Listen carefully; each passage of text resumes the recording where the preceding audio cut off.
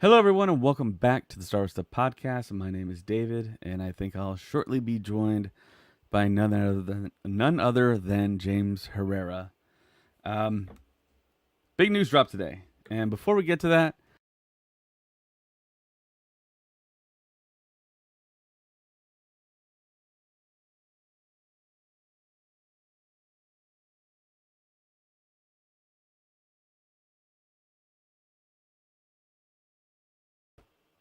sorry about that. I accidentally swiped right on my mouse there. Before we get started, we definitely want to recognize our top tier Patreon supporters: Hayden Hauser, Darth Ace One, Liam McCallan, Chris Simpson, Kevin Leininger, Deb McCaffrey, Drew Peters, Zach Netzel, Maya Morris, Magatau Tala, Adam Haber, Brad Mackey, Front Row King, and of course, Darth Beard. Thank you so much for all your awesome love and support out there. And we have the one, the only, the original Darth Beard, Oh, hey. James Herrera. I'll always be jealous I didn't get that name first. Now I realize I missed a great opportunity. Sorry, I had to step away really quickly, but Yeah, I so am did I. That's why I back. was late. Yeah. So, hey, we're only, 5 minutes. It's fine. It's fine. It's fine. People It's will fine. understand. So, yeah, the Acolyte season 2 not happening question mark, but it seems like it's pretty much set. It is not happening. Hollywood, I just looked, and Hollywood Reporter also put out the article saying that the Acolyte season 2 is officially canceled. And what are your thoughts? How are you taking all this news? Well, for me, the Acolyte was interesting. It wasn't the thing that I think most people experience. I didn't have that big a problem with it due to the fact that it was something brand new. It was characters that I didn't already have like an exclusive connection with, and they had to be a certain way. Hmm. What Leslie Headland presented, I thought was fine. I wasn't in love with it or anything, but I was in love with the fact that we got to see Jedi interact together on screen. I've said it 1,000 times. We got to see a Wookiee Jedi in live action, and not only was it a Wookiee, it was Jonas Swatomo, who Oh yeah. plays Chewbacca in the sequel trilogy, and of course he's going to be back. He's a young man, um, and I really love the stranger, who's played by Manny Jacinto. I thought he did a fantastic job. I mean, the guy really committed himself. He talked about watching the old school footage of Hayden Christensen getting ready for Anakin Skywalker and just relentlessly practicing with the lightsaber. And Manny Jacinto went all out with his body, man. He had Hmm. some like huge guns on him. Yeah. And I was shocked when I saw that. I was like, that's no way that's the actor. But yes, it was him, and he just did that D23 little panel with Christian Baver, and you could tell, you could just feel it. He's one of those guys that's into being a Star Wars actor and into Hmm. Star Wars and wants to be there, wants to be at the conventions, wants to talk to the fans, wants to sign autographs, wants to take pictures, wants to interact with us. That's all you can ask for, man. That's like top tier Star Wars actor, Star Wars creative that you want. And I really think that Leslie Headland is the same way. I mean, Oh yeah. coming from, so I'm a male Mexican American person who would like to think themselves a creative. I wouldn't expect for my vision to be what a white female who is lesbian to have the same vision of Star Wars as I do. So that's why I didn't expect anything that I was wanting to see on screen per se. But I mean, to me, I mean, it wasn't like a big deal, and it wasn't preachy. I know there's a big. I was talking to Colin earlier about this. There was a big kind of mob mentality about the Acolyte, and people had all these preconceived notions of what Disney was going to give us. And I mean, to some effect, yeah, they were right, but I mean, it wasn't like in your face, you know. I thought it was good. I mean, I didn't. I was kind of confused by all the hate and the hate mongering and the naysayers out there, and it was really kind of weird. It was kind of dismissed before it even arrived to us, and I Yeah. thought that was kind of strange. But I think that's just the internet being the internet. What do you think? I'm in shock, but I'm also weirdly not surprised because it was review bombed, and even and like I said before we started recording, I went on the Hollywood Reporter. They even reported on the review bombing that the Acolyte did get. Even before it was released, the ratings were already way low. People had already started to just badmouth it, even to the point there was a movie back in what 2008 called The Acolyte, directed by Joel Egerton, which is Yeah, that was wild, man. which is a Star Wars alumni. To quote That Deadpool, that was weird. that was weird. Yeah, because his movie started to get, review bombed because people thought that was the Acolyte. People thought that was what they were supposed to be angry at. Um I was expecting something different. I was expecting something not because of the showrunner as and her personal life. I was expecting something different because of the era we were going to be in Star Wars. So my brain was Mhm. already going like, okay, this is different. This isn't what we've seen in, 1 through 9. This is going to be something kind of new and unique in Star Wars. And the moment it started, the moment we started to go through it, by episode 4, I was like, "Oh, this is what I was hoping for with this show." I wanted something new. I wanted whole new characters, and I wanted stuff to be set up in 100 years before Phantom Menace that goes all the way through to episode 9, which this this it totally did. It totally referenced the prequels, the original trilogy, and the sequels. There's stuff that it was tying stuff together. And the way the Jedi were viewed, I was like, "Oh, this is cool." Like, I never this makes sense, and I know a lot of people will disagree, but then you get to the Clone Wars and you realize how just monumental and horrendous the Clone Wars was for the Jedi, not for us as the viewers. We had a great time watching the Clone Wars, but for the Jedi, what it meant for them to be in the power and what they were doing as Jedi in the Clone Wars. Um, for me, this all made sense. It all made and it was giving us a whole new perspective of the Jedi, of the other, the dark side users. We don't really say the word Sith because it's not really there yet. And it didn't break any canon.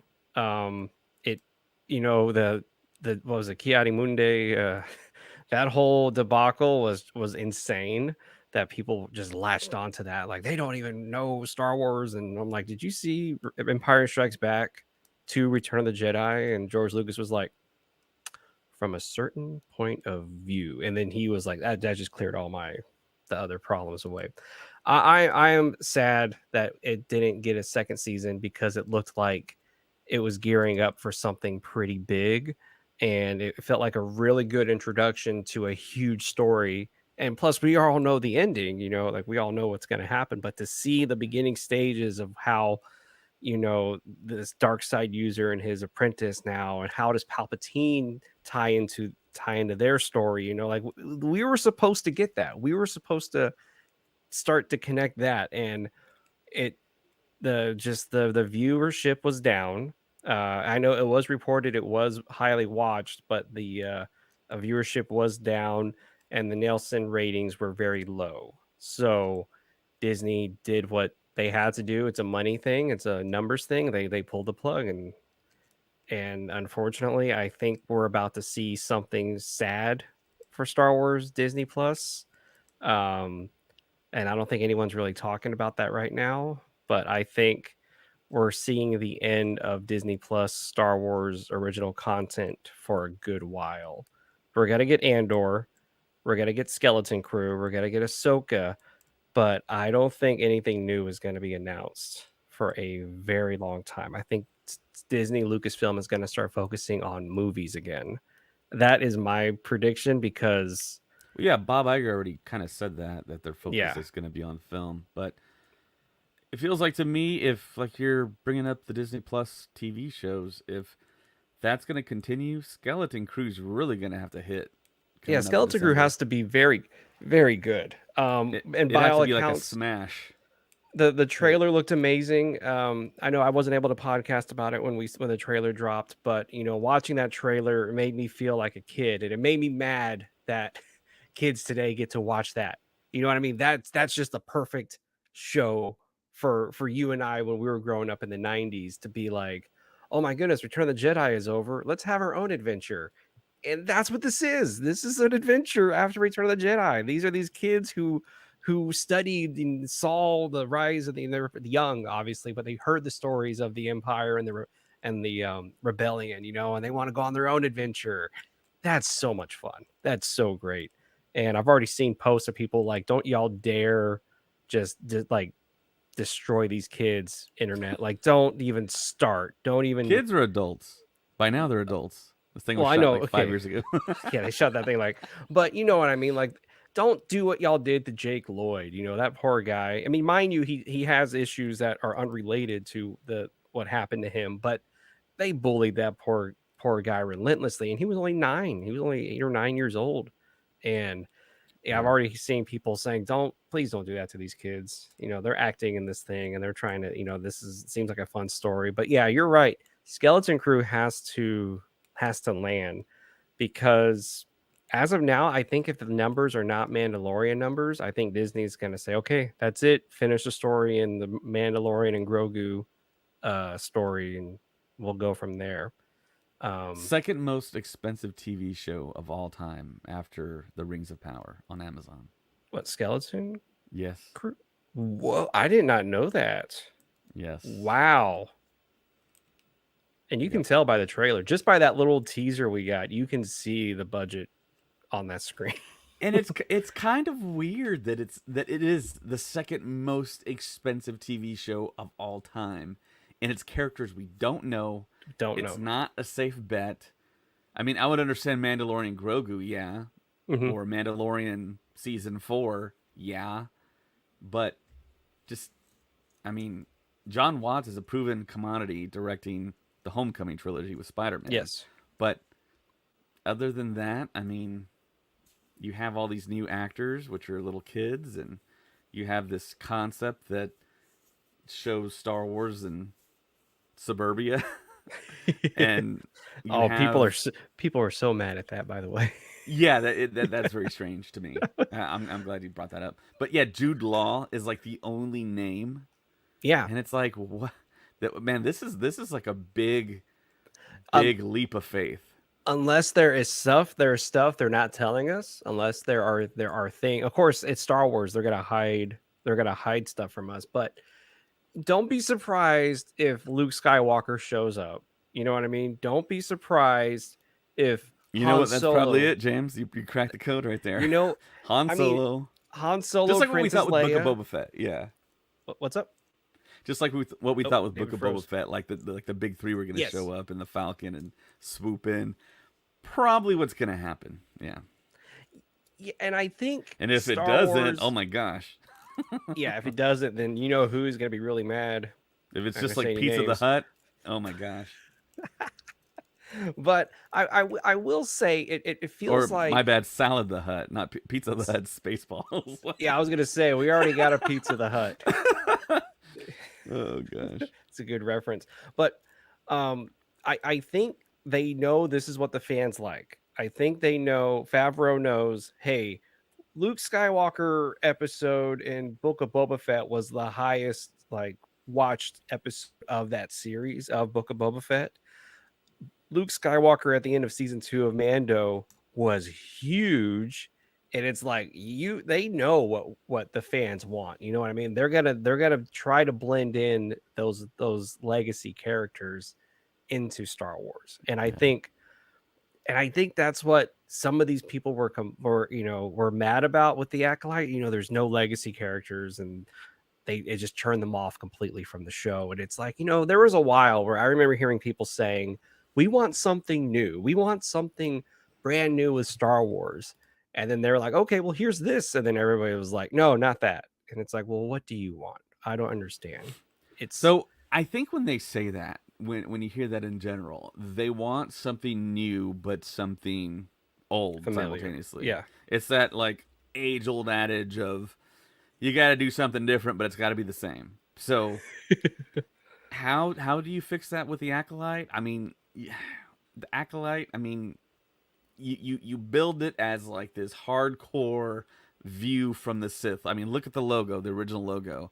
It's a Yeah. logo with what looks to be a saber slashing right Right through through the it. middle. Yeah. Right. And I mean, when it was announced, everyone was like, "Oh my gosh, a view from the Sith point of view."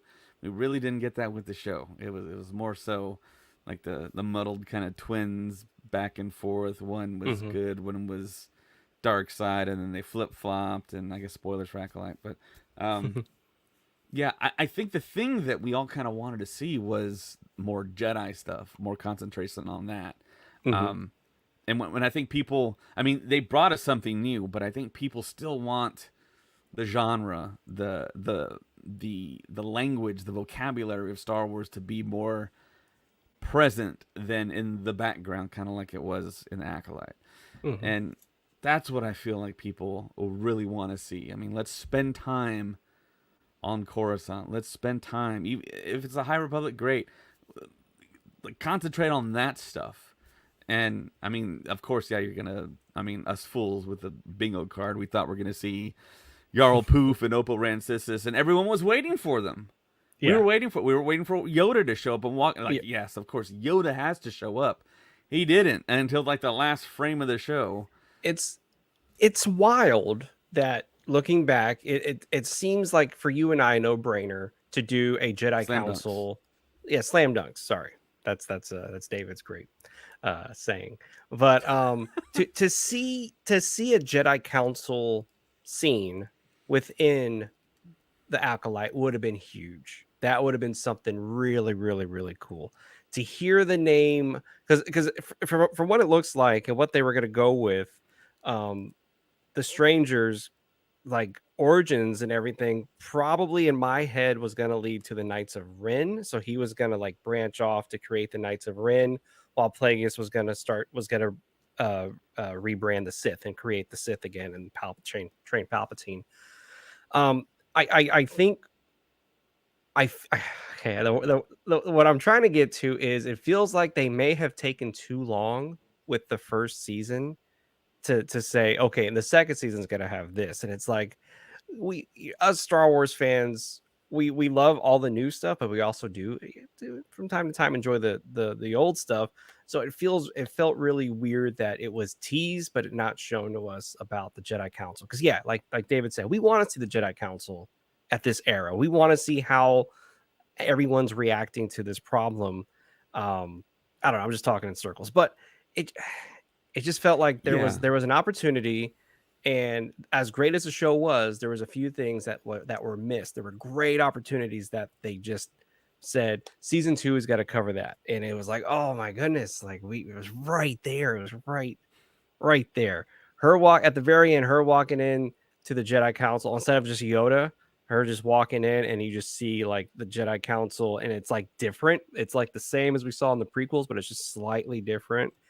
Maybe the flooring is different. I don't know, but but it just that I feel like that scene would have been a really good moment.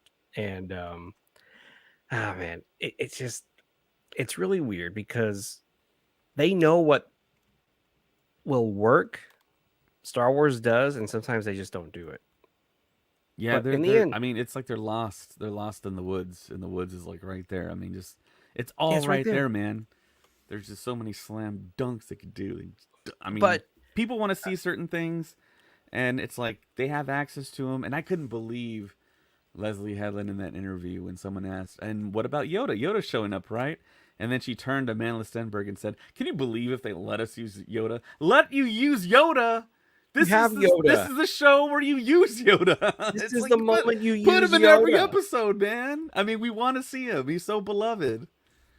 Uh, But even in the book, the first book, Light of the Jedi of the High Republic, he only shows up at the very end because I can kind of see that they were like, we don't want to overuse Yoda, but at the same time, it's you don't even have Yoda. to pay Yoda. He's a It's puppet. Yoda. And they did use, and this one they used the puppet. They weren't Yeah. they weren't gonna digitally do, and they used the puppet for this one.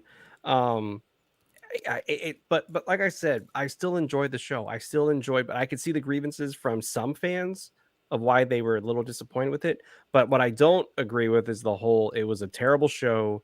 It was bad. It was woke. It was this agenda, and I'm watching it like I don't see the woke agenda that people were saying or claim that was in the show. And what's funny, if you go back and watch all the criticisms, they all ended after episode 5, I think it was, after the big lightsaber fight and the reveal of who the stranger was.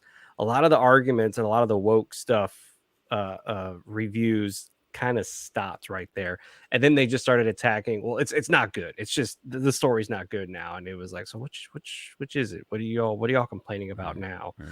Um, and it felt like every week there was just something for people to complain about, and I don't like that. I don't like that they Star Wars will introduce something and they're like, "Well, no, not that. That's bad. That's a bad idea." And it's like, "Well, what makes you happy? What would make the Star Wars fandom happy right now?" And I don't think anybody really knows. I don't think anybody has any idea what will make Star Wars fans happy. Um, Oh yeah, Noah just had a good point. I'm gonna throw this up here. Do you guys think it's a fair to say that Leslie failed to deliver on her promise of a show being a self-contained story with a plot that wraps everything up by its conclusion? So here's what I Kinda. think happened. Here's what I think is going on with Star Wars and with is they're still doing the mystery box approach to a lot of these projects. So I think them saying, "Oh yeah, the second season we're going to explore this, the second season," they don't want to give that away. They want you to think this is all just within this one season. And I think that's bad. I think you shouldn't lie to your audience. Like when actors say, "Oh, I wish I was in the show. I wish I could be there. That'd be so cool if this," and then they show up and they're like, "Yeah, sorry, I had to lie to you." It's like, why? Like if you tell us you're going to be in it, we're going to go see it even more.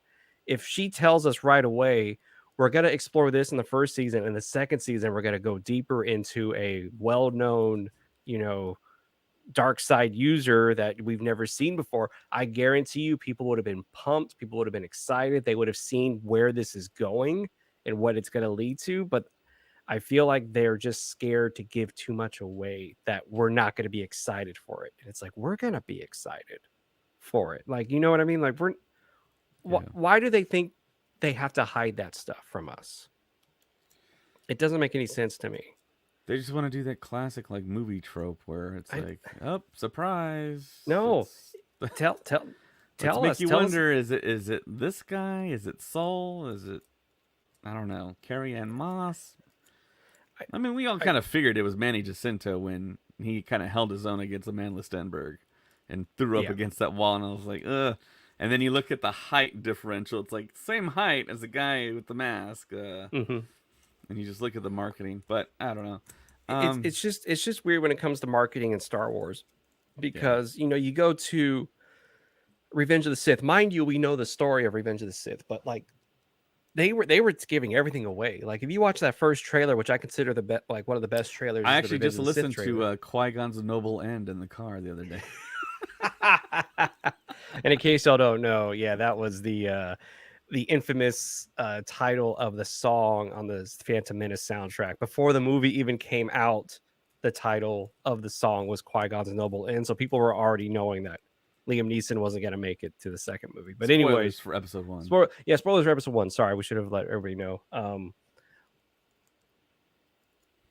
Sorry, my dog just ran in here. It's kind of scared me. But I will say, Noah, that I feel sometimes when Star Wars and even Marvel's very guilty of this too, is the whole don't give everything away. We want everybody to be surprised. It's like, yeah, but at the same time, like you put all these, you lie to everybody so much that they don't believe you anymore when you say something. Like when Leslie said, "Oh, that'd be great.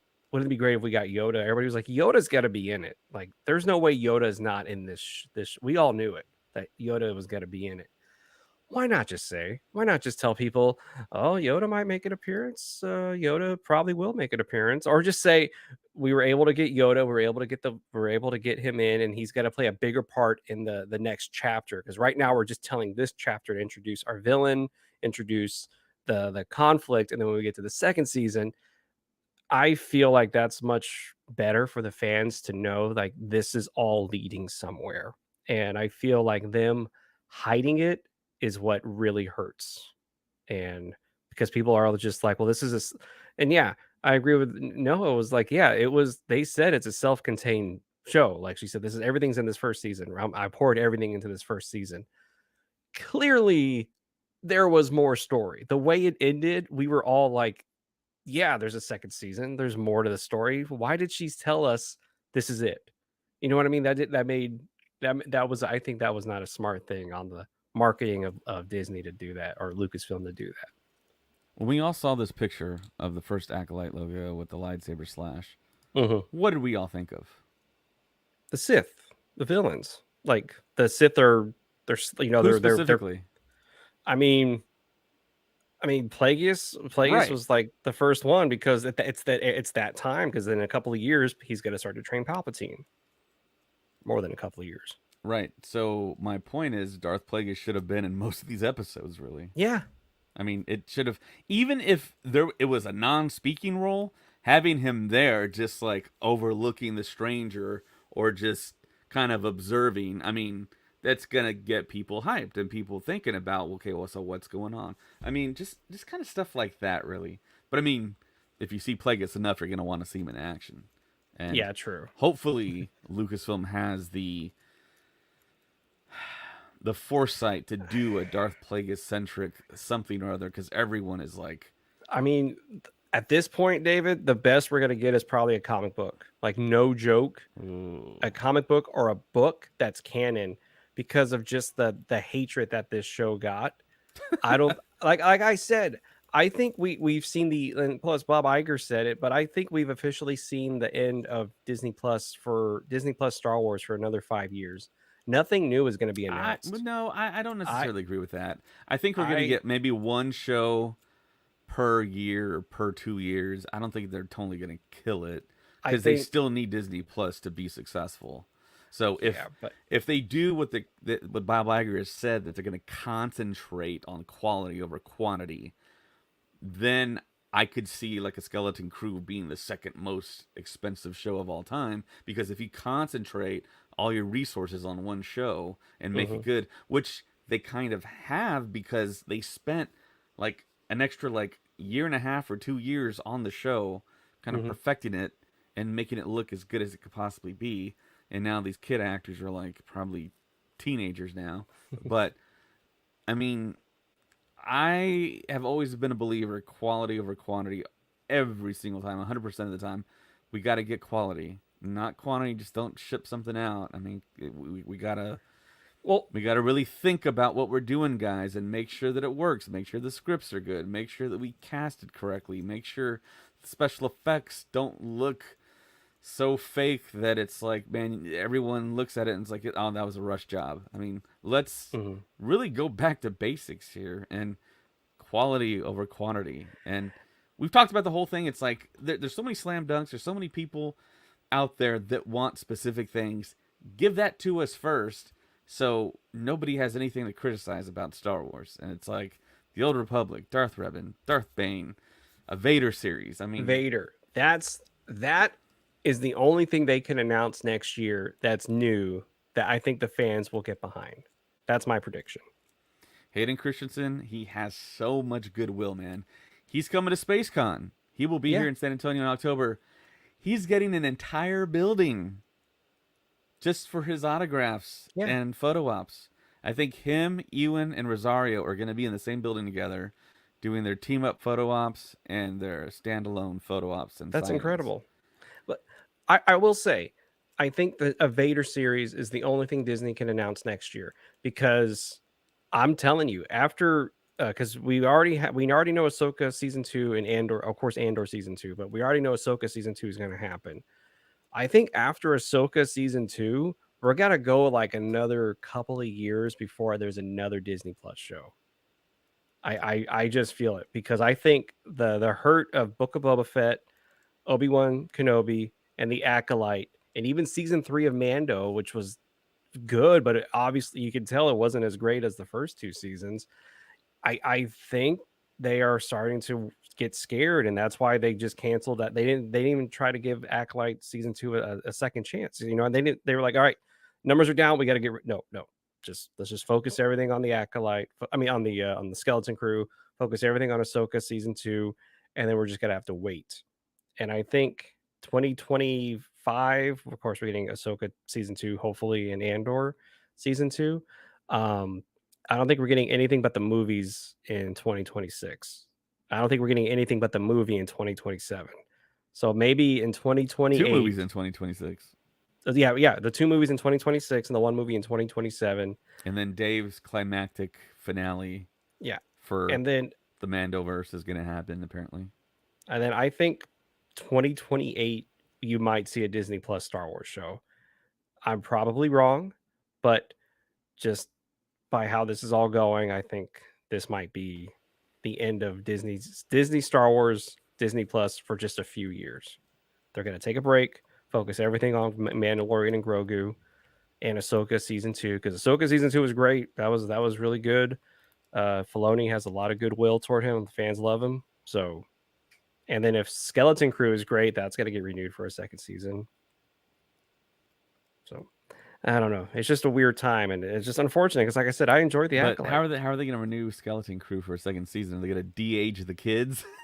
Well, no, you just do a because a time jump, yeah, I know. you gotta do a time jump. You, Just you making a can't. joke. Stranger Things ruined like what is it? Millie Bobby Brown's married already, right? Like, she's supposed to be like 15, 16 years old right now. She's like 22.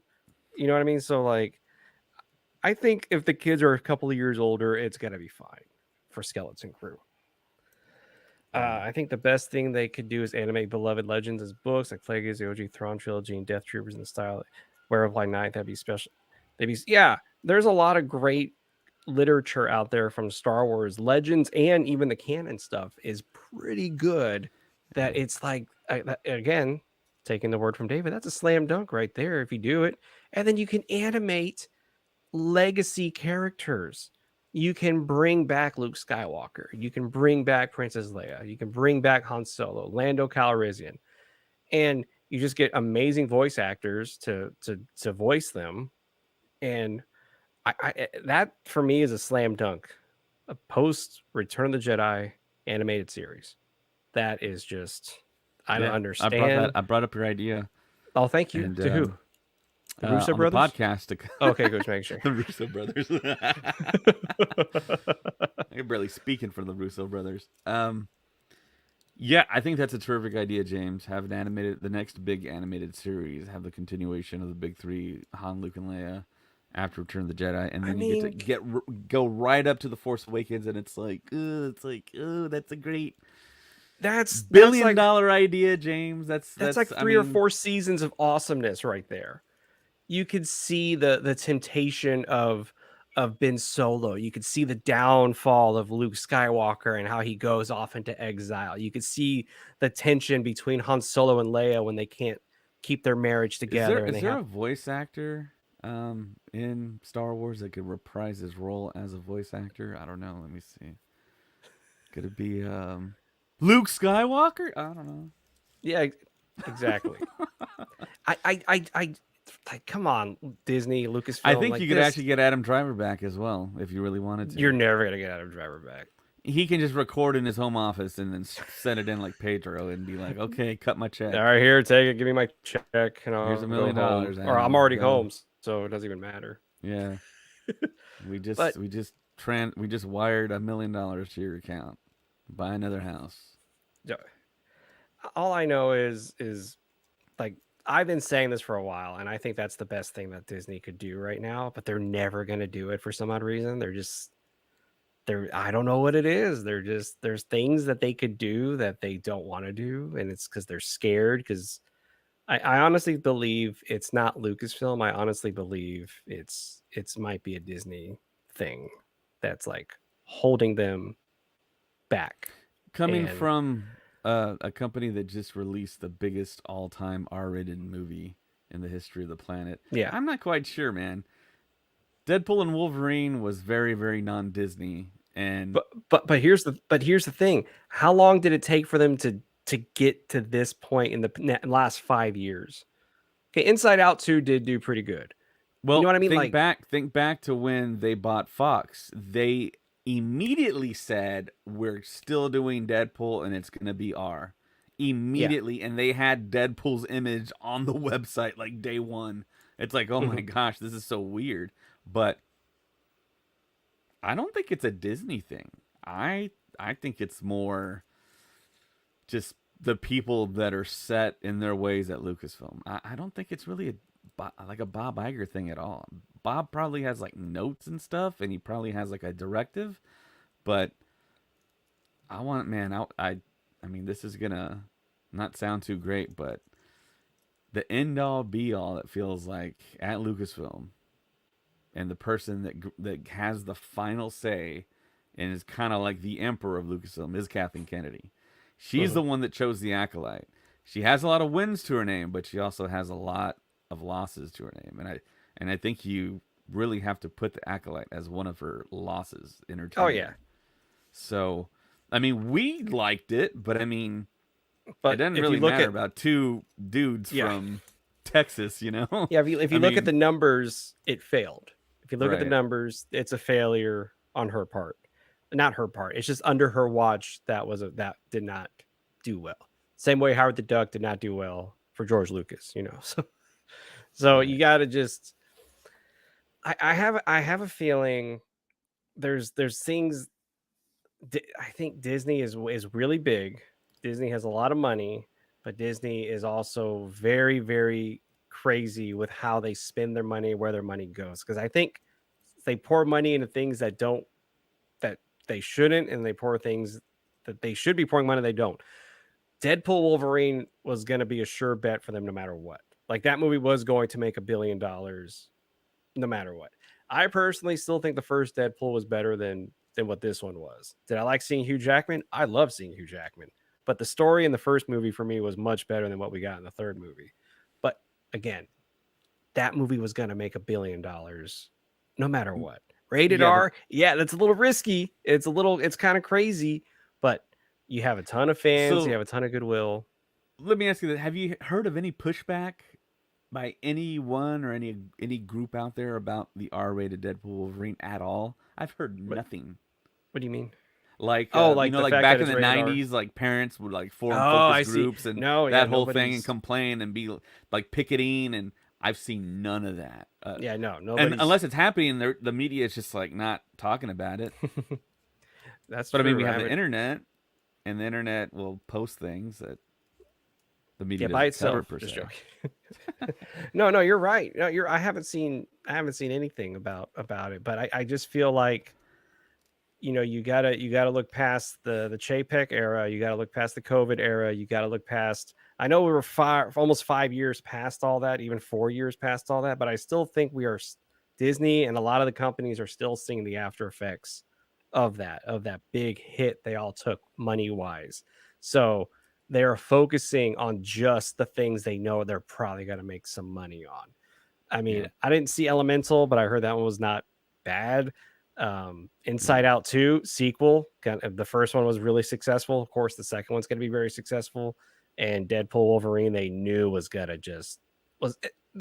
Did anybody have any doubts it was going to clean? Of course, it was going to clean house. Like, Well, the first two Deadpool's I think made over 700 million at the box yeah, office. So there was no way you this one was add not. Hugh And then Jackman as Wolverine, exactly, that you're good for another 300, 400, 500 million. So yeah, you exactly. cracked the I, billion. And I mean, I it's the only Marvel Studios movie this year. yeah, true. This whole So, year, and then smack dab in the middle of summer, everyone was waiting for it. The marketing was crazy. Perfect storm. yeah, it was perfect story. Yeah, it Yeah. worked out perfectly for them. Oh, did we report on what the Deadpool creator said about Deadpool 2? How when Fox found out that Disney was going to buy them. Oh, Have y'all heard this I you story? know I don't think we've really spoken about it in depth, but I just want to point So out Noah Richer in the before we talk about it. Noah Richer in the comments on YouTube, he brought up an R-rated Solo 2 would be pretty wizard. Yeah, that'd be pretty cool, but we'll talk about it in a that'd bit. be Go great. ahead, James. Talk about what you just brought up. So the creator of Deadpool, I don't know his name. I don't know what his name is, but anyways, he said once Disney was set to buy Fox, a lot of people at Fox were really upset. A lot of the higher ups were really upset that this was going to happen. So what they did was they moved Deadpool 2 in between Infinity War and Solo on purpose. They knew exactly what they were doing. They knew that it was going to kill Solo or Infinity. Like, I think they were kind of hoping for both, but I knew they weren't going to affect Infinity War. But I think they knew for a fact they were going to kill Solo, and they said they did that on purpose. Absolutely put Deadpool 2 in between those two movies on purpose as a show of retaliation for against Disney, which doesn't make any sense. You're still going to get paid. They're not just like, you know what I mean? Like Disney was still going to pay for the company. They didn't steal the company. So it was kind of a weird thing that they did that. And then we found out, of course, last minute is Kathleen Kennedy and Lucasfilm trying to convince Disney to push back Solo because they knew what was going to happen. But Disney, the higher ups, were like, no, it's fine. We'll be okay. And that's the story. That's why Deadpool 2 was released when it was. Yeah. That blows me away. And I love Solo. I think Solo is so much fun. That is such a fun movie. Such a great story. Just such a fun Star Wars movie. Anyways, yeah, I agree. Who would you want to direct Solo 2? Has to be Ron Howard. Again, bring back Ron Howard. I'm not quite sure if we want to bring back Ron Howard. I thought he did a really good job with what he was tasked to do. Mm-hmm. Um, I would want someone that would be. I mean, if you're in charge of Lucasfilm, you want to find those creatives that have like a real passion. Like I brought up Manny Jacinto earlier. He loves Star Wars. Yeah. And he really wanted to do a fantastic job, which he did. I would want a creator in there. I mean, even if it's somebody we don't even know, if someone can True. prove themselves in their pitch and their passion and their knowledge and I mean, not so much Man. experience, but I mean, look at the Russo brothers. You look, they directed Community, and then they went into Winter Soldier. I mean, But with Star Wars fans, I don't think you can do that because of how much criticism. When I say fans, I mean that group, that group on YouTube and the group on Instagram, the group on Threads. Oh yeah. No, he's set. He's doing his Avatar movies, which I'm not even mad at. I know a lot of people like just dog on him for doing that. I think he's doing a great job. Just he created his own world. He's pretty much George Lucas right now. Don't criticize the dude. Don't make fun of him for making his own stories now. He's just doing his own thing.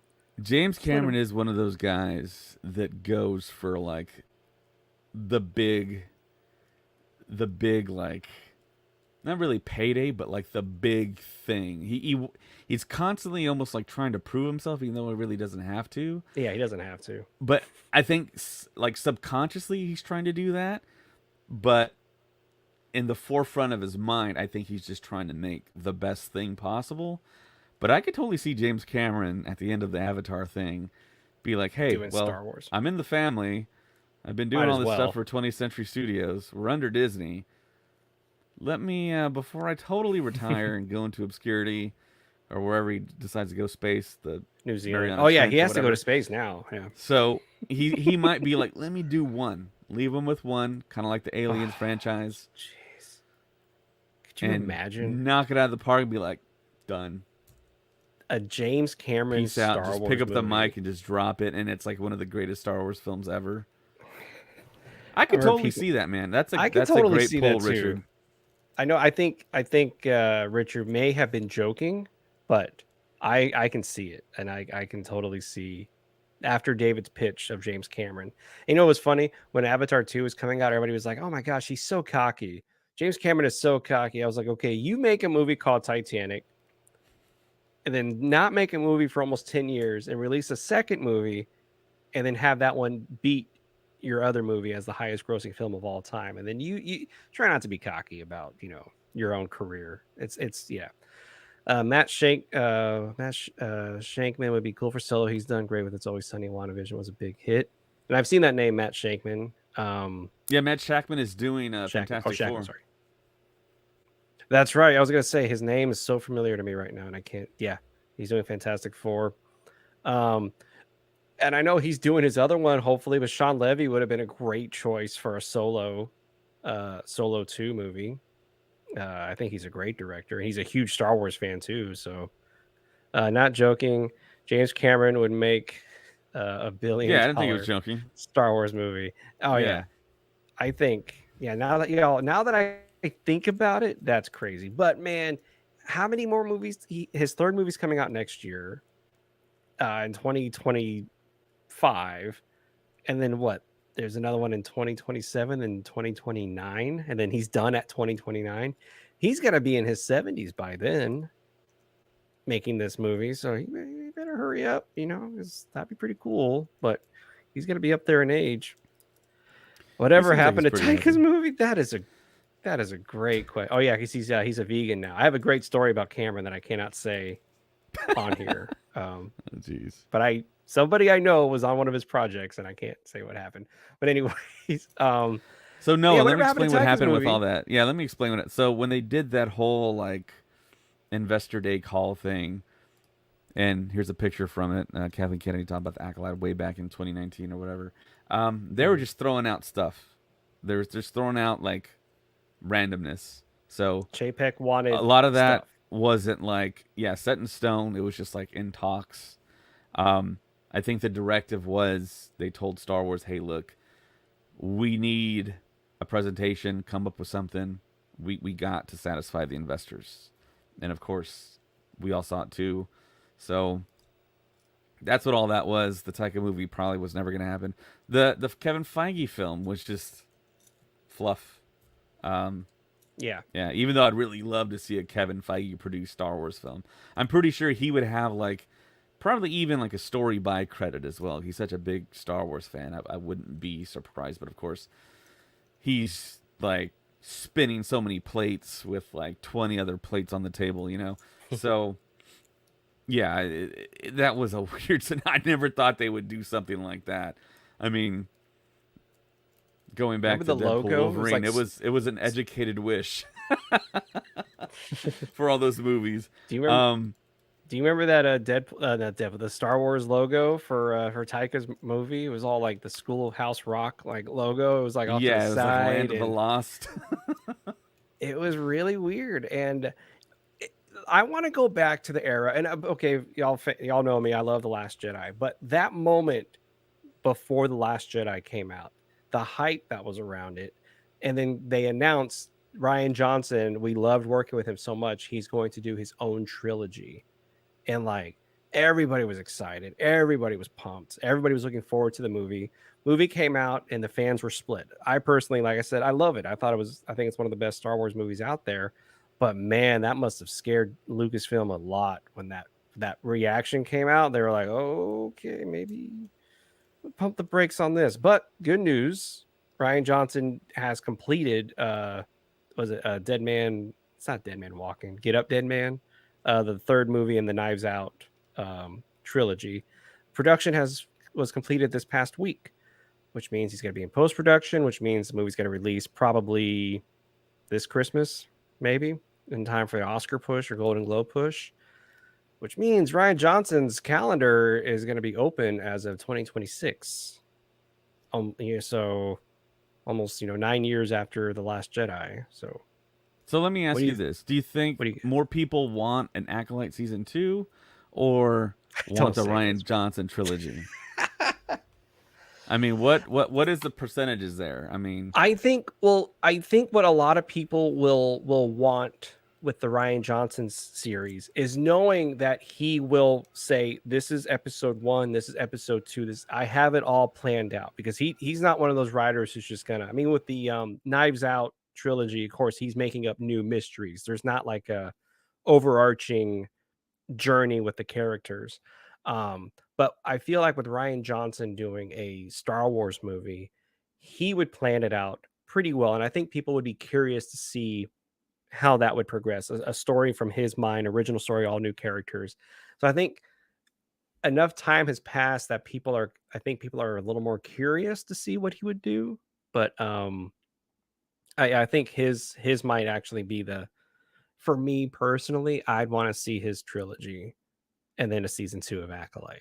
But That's my opinion.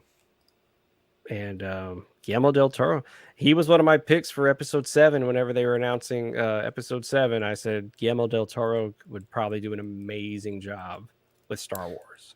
So I was actually thinking about him because on the heels of like the Deadpool Wolverine stuff, if there was a rated R Star Wars, that's the guy that I would want to employ to do the whole Jabba the Hutt gangster thing. Finally, Oh we man, all wanted it in the Book of Boba Fett, but of course, wasn't he work?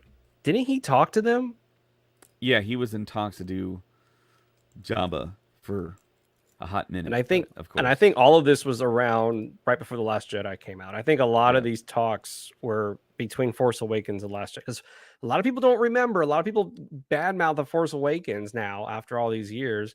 But when that movie came out, it was huge. Force Awakens was massive, massive movie, very successful movie. So yeah, I think a lot of people forget about that. I think a lot of people just badmouth Force Awakens now, but I think Disney had a lot of like almost like George Lucas did after A New Hope for episode 4, when he was like, "Oh, I could do anything now." And then after Empire, he was like, "I need to stop. I am exhausted." you know. Um yeah, I think Lucasfilm was on a high and they just went after every director they could, and they were like, "Oh, we can do anything now." And unfortunately, people didn't like Last Jedi. People didn't like The Rise of Skywalker, and I think a lot of those movies that we were hoping for that were in talks all stopped. So, I think that's what happened. And what's Mm. crazy, a lot of people forget about this. The Last Jedi was completed, I think, under budget, and it was completed that year in October. Like On time, under October, budget. Yeah. yeah, it was like either first or second week of October. Ryan Johnson said, "We are done. The movie is 100% complete," which that is that is unheard of for a movie that big. Because a lot of these movies, man, they are like 2 weeks out, and they're like, "Okay, we're done. We did it." No, he was early and under budget, which is why I think that's why they really wanted him to do a trilogy, because they knew he would probably deliver. But Guillermo del Toro doing one, I could see that. Matthew Vaughn would also be pretty cool. He's got Um, so many misses though. he did For have me personally, 3 misses in a row. So, all the Kingsman stuff to me is weird. the first one Argyle was was good. weird. Which one? Argyle. Yeah, so he had Argyle, the King's Man, and then the Kingsman second movie. Yeah. The first one I liked. The second and the third, which was the prequel, I was like, this is bad. This is such a bad. He did direct my favorite X-Men movie, First Yeah, he did. Class. I He think did that's the direct. best X-Men movie. He did direct one of the cutest movies I've ever seen, which is Stardust. Which, I if you haven't tried seen that watching that movie, movie. I just couldn't. you're I just ridiculous. I just couldn't stay with it, man. Ah, man, But it's such a I, great I've movie. I've been like that with a lot of movies though. I just wasn't in the It's just mood and I Matthew Vaughn, couldn't. though. I'm joking. Possibly. I mean, First Class seems so straightforward, but the rest of his Yeah, films are like, huh? It's like he's breaking reality and coming back to reality, and it's like I could do that. I I mean, do that one. yeah. It's like, does that take that much talent to do that? I mean, there has to be some rules, I would think, but I don't know. But definitely not Brad Bird. What has Brad Um, Bird done lately? he is doing a third Incredibles. Yeah. Did he do the second one? He did do the second one. It was beloved. Was it? I think I so. didn't like it. I did not Oh, like the second movie. well, The first was it got a incredible. huge pop in the D23 Honda Center. Man, all I know So, is that dude was on fire. So the reason I'm bringing Brad Bird up, in case y'all don't know, because he was my number one pick for episode 7. He was ugh. my no. It was him, Matthew Vaughn, and Ryan Johnson were like top picks for me, and then Guillermo del Toro. And then Tomorrowland And happened. then Tomorrowland came out, and oh, that was Oh man. so bad, and it just killed me inside. Like the moment, like 10 minutes into that movie, I'm just getting sad because I'm like, this is not a good movie. Because Brad Bird did Iron Giant, he did The Incredibles, he did Ratatouille, and then he did Mission Impossible: Ghost Protocol, which is an amazing movie. It was his first live action movie, and he freaking nailed it. And so I'm like, this guy knows how to do story. He knows how to do action very, very well. And it was like Star Wars. And you know what? He was asked. He was totally asked to do Star Wars. And he even tweeted about it and said, I turned it down to do my own story. I think And there's every one name that no one brings up, Oh, that when I oh bring it my, up, you're gonna be like, "Oh yeah." Noah Baumbach, not Noah Baumbach. Ooh, let's see how Noah many directors you can go through before you get them. Blomkamp, District 9, Neil That would Blomkamp. be interesting. I said Noah Baum. I hate Noah Baumbach. Ugh, I hate that guy. God, he did that movie Marriage You Story. mean Did not like it. Oscar-nominated Noah I don't Baumbach for care. Barbie for that So you want to hear model? my favorite story about? Never mind. This is bad. This is never mind. I'm not going to say that. It's the joke I always say about Noah Baumbach and Yeah, Barbie. Do you want to hear it? sure. I'm not going to say it. I'm You're pretty not sure gonna people are say it going to. now. Pretty Okay, sure keep people are on going to be really guessing mad. directors. Which Oh my director? goodness, dude. He's a young guy, younger on the younger side. He's on the younger side. Did he just do Alien Romulus? You're pretty close. I would love to see Okay, Fede Alvarez do Fede a Star Alvarez. Wars. Can't think of anybody. Ridley Scott. Just kidding. No, he's not young at all, Oh, that would dude. be wild. Ridley Scott would be. Oh, he named It Star would Wars either as one of be his the greatest thing or the or the worst worst. thing. He named Star Wars as one of his top 4 movies of all time. And he So, named one of his films too, and he which is named, wild. you know, you're a And then boss. nobody argued with it. Yeah, you know, Everyone's you're a like, yeah. boss when you name your own movie, and everybody's just like, yeah, okay. In case Oh I my don't know, Ridley gosh. Scott named Blade Runner as one of his favorite movies, and it's like, that's pretty ballsy, but it's Blade Runner. You can't, you know what I Oh mean? You man. can't. So who do you got? I don't know. I don't know who you would pick. So former podcaster turned director, my Okay. Facebook friend, Dan Trachtenberg, director of Prey. So Yes. he's an actual huge Star Wars fan. He's a huge Star Wars fan, talented, has proven himself. He's doing something right now that's a secret. At San Diego Comic Con during the Alien Romulus panel, they're bringing up directors to ask Fede Alvarez and the cast questions. Dan Trachtenberg, he was in a parka, he was on location, and he said, "Hey, I'm on location here doing something I can't talk about." But then he went into his question. I was like, man, he's either doing a sequel to Prey or something sequelish to The Predator, something along those Man. lines. And then Fede Alvarez, director of Alien Romulus, just came out and said, "I would love to co-direct a new Alien Predator film with my buddy Dan Oh, Trachtenberg, where I direct the Alien portion and then Dan steps in to direct the Predator portion." wow. That'd be kind of cool. And you know, Alien Romulus, I still haven't seen it. I was supposed to see it this weekend. I didn't get a chance to. I've seen it That twice movie now. made that movie made bank this weekend. It made On an $80 quite a million bit dollar of budget, money. yeah, Yeah. it already made its money Good for back. them. Good for Yeah, them. So that's a possibility. And yeah, Prey was great. Prey was that was a movie where I had high expectations for it and it exceeded my expectations. Like that was right, such a right. great story. Good Yeah. choice. So I like that. we might actually do a screening here in South Texas for Prey at a movie theater. My buddy Ooh. Ted from Countdown to the Geekcast Yes.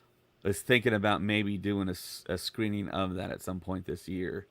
And hopefully I can send Dan a message and say, "Hey man, we're gonna show your movie." And You want to come and you want to join send us? a, yeah, you want to fly over here and do a little talk before we screen, Oh, or he's so do you want to cool. send a video message? I don't know, maybe. But that's a good choice. Can't lie. Well, I can sympathize people who enjoy the Acolyte. To me, it was far too messy of a show and was way too expensive to ever have a serious chance of being renewed for season 2. And that's true. It was a very expensive. They poured a lot of money into this show. And yeah, I I understand people's critiques of it. I'm not bad. I understand the critiques. 100%. In the end, I felt like I said I still loved it, but I can see why people were upset with it. Why people were, because I will admit some of the choices the characters made were kind of ridiculous. We're kind of like, we know they have to do this, so we're just gonna have them do it, and you're like, oh, okay. I wish there was more of a motivation behind why this person went ahead and did this. Which situations are you talking about? Uh, go ahead. For me, it was ridiculous that when they were like, "Oh, this is the Virgins. This is it. This is our ticket back home," and he just takes off to go kidnap the young girl. It's That a bit was it's the a bit of a stretch, but that I I did not mean, like. kids. I mean, he was a kid. I think that's I what they were trying to portray, and kids can I mean, you get a kid long enough in an environment they don't want to be in, they're gonna be kind of like that. Just I think their critical thinking goes out the window.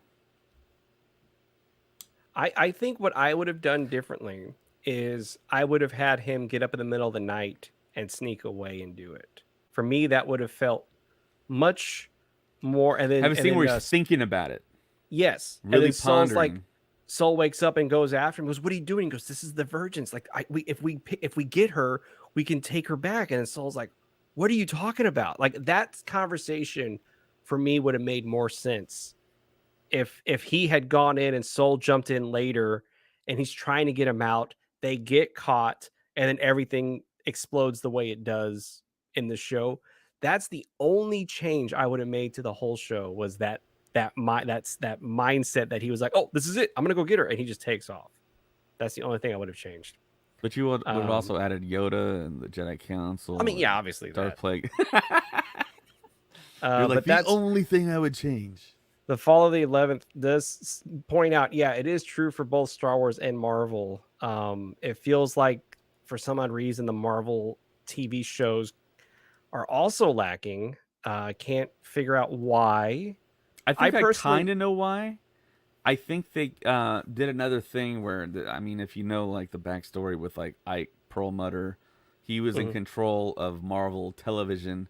Feige was in control of Marvel TV, the cinematic universe. They Oh didn't like yeah, each other. They didn't really talk to each other. Perlmutter did whatever he wanted, and then when they demoted him and made Feige over him essentially, and Perlmutter was like off to the side. He was still a part of the company, but he wasn't running anything. And then that's kind of when there was a transition, but then they took powers away from Feige. I don't know the exact specifics, but then Feige was back in like this weird, like kind of purgatory state where we got phase four, and it was all kind of like the quantity over quality type thing, and he didn't have full control. Now I think he has full control again, yeah, and they kind of see the error of their ways, and Bob Iger's like, quality over quantity. So yeah. that's I think where we are with that whole situation. And then plus, from what I've heard, they didn't really have showrunners. I mean, they did, but like Kevin Feige was like, "I'm going to treat this how I did the movies." And you can't do that. There's a certain way you do your shows versus how you do a movie. And that's why I feel like a lot of the Marvel shows suffered. Um, I personally thought Miss Marvel, I think, was the It was pretty best out good. of all of them. Yeah, Uh, WandaVision was good until it really just was like, we don't know what we're doing. And the it was Ralph like, Boner of it all. you guys suck so much right now. And then I was so mad at WandaVision. And then Yeah, She-Hulk was entertaining, but it wasn't the best. But I think Miss Marvel out of all of them, I I was like, I like, but I like She-Hulk. I still think I She-Hulk had the was same great. kind of like opinion almost. It's kind of weird because She-Hulk and the Acolyte. So many people just like ragged on it and dogged it, and I was watching it and I'm like, it's fine. It's not the It's best thing fun. ever, but I mean, why are so many people like going off? And it's just, I mean, Before Star we Wars go, fans are so passionate that they don't want to waste time. They don't want to waste shows, and I think they go about saying it the wrong way and doing their actions are not the great when they review bomb something. I mean, that just shows how like petty you are. yeah, Um, it's like just give it a the chance. best Just thing to do, the best thing to do is not watch the show. I But of course, all the agree. negative people were watching the show and helping the ratings. Like, let me ask you this question: do you ever see me talking trash about Fast and the Furious? No, No, because I haven't watched it. I don't care about it. And but you're not going to see me going online when the new Fast and the Furious movie comes out and just dogging it and just bad mouthing it. I don't yeah, care. If I don't like it, I'm not going to watch it. Richard says Acolyte was not a good show overall, but I did like the Sith villain Manny Jacinto. As a Filipino American myself, I was happy to see representation. And I felt he nailed the. Yeah, a lot of I will say, Richard, a lot of people felt the highlight of the show was Manny Jacinto, and I felt he did add something to Star Wars that we hadn't like we wanted to see, and then we finally got that. And I agree. Um, what do we else we got? I also think the fact that it's because it's runtime or show plays. Yeah, I will admit, man, like I don't understand why. they will not just release an hour and 10, hour and Yeah, 15 it's like minute they long have episode. rules that they can't make an episode longer than like 30 to 50 minutes long. Like, It's come very, on. very odd. It doesn't make any sense. And that's my biggest gripe about the Disney Plus shows and Star Wars. It's like, just make it an hour, make it an hour and 15. We will Right. watch it. We will gladly watch that. And see, if I was going to take anything from the show, I would get a showrunner, new writers to give the show to Manny Jacinto, who's usually the best. Yeah, I could see that. I could see somebody maybe coming in and just Yeah, taking the his stranger and storyline, we got to because continue that. yeah, we got to see where he goes. We got to understand where his story ends and where Palpatine's, or like I say, the Knights of Ren, their plot starts and everything into the rise of Snoke, which was Palpatine the whole time. Yeah, Anyway. and I mean, if you read the tea leaves too, I mean, like Manny Jacinto came to D23. He's going to Star Wars Celebration. He's also going to play Lindsay Lohan's husband or Yeah, good love for interest him. in Freakier Yeah. Friday. So he's really in the family in Disney here. So I wouldn't be surprised if he does more stuff. As far as runtime, all Marvel and Star Wars shows could take a lesson use from Daredevil. Um, and also they could take a lesson from Stranger Things. Like those last 4 episodes of the last season, like I think the Like last an hour episode and a was almost half or 2 hours. something. Yeah, it was a That's movie, wild. and I Yeah. freaking loved it. I know a lot of people were like, "I hated the last season." I was like, "I loved it. I thought it Oh was no, I know a awesome." lot of people that love the last season of Stranger Things. Really, I've met people who just did not like it, and I'm like, "What the hell is wrong with you?" That Man, was it so was like highly exciting. rated though. Yeah, it was awesome. Yeah. Running up that hill. Anyways, call it the Night of Ren and show how maybe Manny's Boo. character Kimura becomes an yes, I approve this and that message. I approve this message too. That is what I want to see, and that's what I thought we were It's going to get in election season season. It's an two. election year. I approve this Yeah, it message. is election year. Yeah, you heard it here first. First, Star Wars Stuff podcast approves this message. Exactly. Daredevil did everything right when it came to its tone, writing, directing. Yep, 45 minutes. And that didn't cost anywhere close to 180 million yet. It was far better and more emotional than anything we've got from Disney. Like even Doctor Who, that shows a budget that is nowhere even close to anything Marvel or Star Wars, has yet to be 50 minutes long. Well, then again, Doctor Who has a very long, very, very long history, and they have it figured out. They know what they're doing. Jerks. For me, Stranger Things honestly fell off after season one. I'm bashing anyone who enjoys.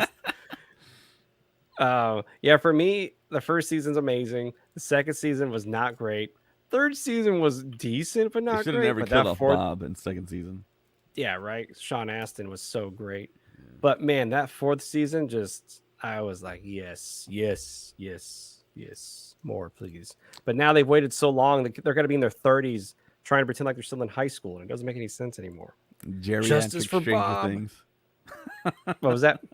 Geriatric Stranger Things. Yeah, exactly. It's not funny anymore. It's not cool because when they were kids, it was so much fun. Whenever they're playing D and they're talking about all this stuff, now you're gonna be like, you're 22 years old talking about D, which no, don't get me wrong, a lot of people still play, a lot of people still do, but the way they talked about it when they were younger was so fun and so great, and now you're gonna be like, yeah, it's kind of weird. Yep, never got over Bob's death. I agree. That was and the way he died too was like, oh my gosh, really? He gets Yeah, like just torn ripped up to by the shreds, dog. right? Yeah. It was like, what the hell is this? With The Star Wars, total we lack better of off. disrespect for Samwise Gamgee. Be With ashamed Star of Wars, we better yourself. off doing new stories, new characters, unrelated to Skywalker or anything. Just a fresh new generation. I mean, it's a big ass galaxy. That was his words, not mine. Just Yeah, saying. see, Don't the get thing censored. the thing with that is we've already like with Acolyte, those are the new characters right now, and apparently they're having a tough time figuring that out. So what me and James I think are saying with the slam dunks, go to the characters we know that you can still use, like Hayden Christensen do a Vader series, but you got to But do it right. That's the problem. You got to do it like hardcore Vader. You got to have some Rogue One influence into it. It's got to be like I don't know, like a hardcore PG-13 type where he's like relentless, like where it's Prime Vader, where he's like ruthless. And my pitch has always been doing Obi-Wan season 2, but they never meet Obi-Wan and Vader, but they have parallel timelines and we can see both their stories concurrently and you don't break canon, you just see what they're doing in the same time and space. And I mean, it'd and be they meet perfect. again. You could have It's Ewan true. and Hayden back in the same show, but they don't have to meet. I mean, that's kind of what people kind of want, I think, right? Oh yeah. And I mean, they're that's what so we all into thought. Star Wars right now. They want to do Star Wars. They go to Celebration. They're coming to San Antonio. They're coming to my backyard to do SpaceCon together, to hang out, to talk to the fans. I mean, come on, guys. I mean, it's right. It writes itself, right? And It writes itself. I overheard somebody somewhere, and this is a true story. They Yeah. said that they overheard Hayden and his agent speaking about a Vader series. Like, but I cannot tell you anything else. I cannot tell you who it was who told me that. I can't tell you where they were. But I this think conversation it's was heard. But yeah.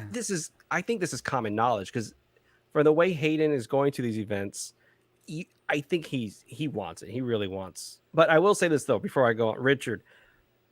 I think I know what you're saying, in that we want a story that's not in the Skywalker saga because Acolyte is still within the Skywalker saga. It's going to lead to episode 1. So just a whole new story, whole new characters in another part of the galaxy that I mean, has that's what nothing the to do Ryan with her. Johnson trilogy was supposed to be. Yeah. I think fans would be really happy with that. It's really awkward watching 11 basically look like a fully grown woman now. She's talking like fire. I don't want to be your Dump I you, don't want to Mike. be I your dump you. I don't want to be your girlfriend anymore. Yeah, now it's like now y'all should be married. Like y'all should be. And I guess the power of many couldn't say the Acolyte from the power of cancellation. That was a good one. I still don't get how they haven't announced a Kenobi season 2 for me. Get the director of Bullet Train, Deadpool 2, and the John Wick to handle and basically make it John Wick / David Leitch. Kenobi. That's but I honestly think the Kenobi series is season 2 is not going to happen. I don't think it's going to happen, unfortunately. Give me a Darth Maul show. Cool. So I want to but say I heard something from somewhere about this certain topic. all right, just tell me, don't tell them. What is it? But Darth Maul or Obi-Wan I season heard 2? I heard something about this, Okay. that there's a possibility that a Darth Maul thing might happen. Oh. Did Sam I'm pretty Witwer tell you sure- this? No. Did Ray So, Park tell you this? I want to say somebody told me, and they told me not to say anything, but Oh, okay. So don't worry, everybody. After this episode, he's going to tell me who it was. yeah. Or make Starkiller canon. I've heard a lot of that as to Okay. bring Starkiller back. So yeah, this came up early in the show. I just didn't talk about it yet, but I mean, we live in a world where Tobey Maguire, Andrew Garfield, and Tom Holland were in the same movie. I mean, It if was they awesome. can make that happen under Disney, they can make Starkiller happen, and it doesn't have to be canon, guys. Let's get away from the canon stuff But and just be people are gonna like, we can have. People are going to complain, though, man. Right, they're Everyone's going to be complain so about everything, pissed. but Starkiller is something that people approve of. Starkiller is like the Wolverine of the Marvel Universe right now. All the kids that play those video games are all grown-ups. They all got grown-up money. And to see a Starkiller with a Vader in there, you can do anything with those two. You bring back Ian McDermott. He's still around. He's still game to be in Star Wars. Perfect storm. That's $1 billion right there. Thank you, Disney. Thank You're you, welcome. Disney.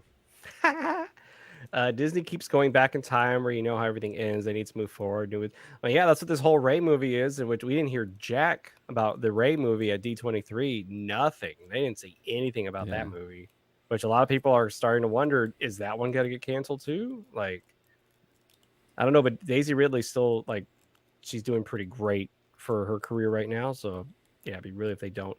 Or even book of Boba Fett season 2, give us more personal story of Boba and let him reprise the role of Jango in some flashback. He just said we're not seeing Boba Fett in The Mandalorian and Grogu. I He just read went that out. today, too. Yeah, he announced to everybody that I am not coming back in. Could Which this is a shame. could this be a whole like, oh, I'm not, there's no way I'm coming back? No, It I don't could be know. like a little like sidestep there, like I'm really in it, guys, but I can't say anything, and he just I don't know, but Samira Morrison's very, I don't know, it doesn't seem like him he's very mercurial in the fact that I think he'll say random things and just say things, and maybe got that question, didn't know what to say, when he knew in the back of his head he can't talk about anything, and he just said, "Nope, I'm not in it. I wasn't invited." And then, of course, pulls like a X-23 and shows up in the film, you know?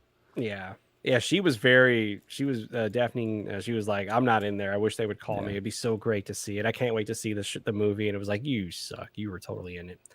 And can we discuss poor little Darth Plagueis is just going to be sat on that little island forever now, watching for those two stupid, sexy Sith to come back? I mean, you put it that Did way. I okay? mean, Let me ask you this question about the Acolyte. This show's about the Acolyte, James. So I want to ask you this question: did you get a romantic vibe between no, Amanda Stenberg and Manny Jacinto's character at any point in time? no, I never got that either, but I people were never got pointing that either. out that there was like a romantic thing like on screen. I never got that at all. I got that she was the end game for him, but I Yeah, don't. as But like I know that a sounds weird. But as an acolyte, as really the an acolyte, apprentice. Yeah, yeah. breaking But canon. I don't know. who's that Chris Farley is like, he's not Yeah. this, he's not this. I guess May just fell off the cliff. Chimera and Ocean.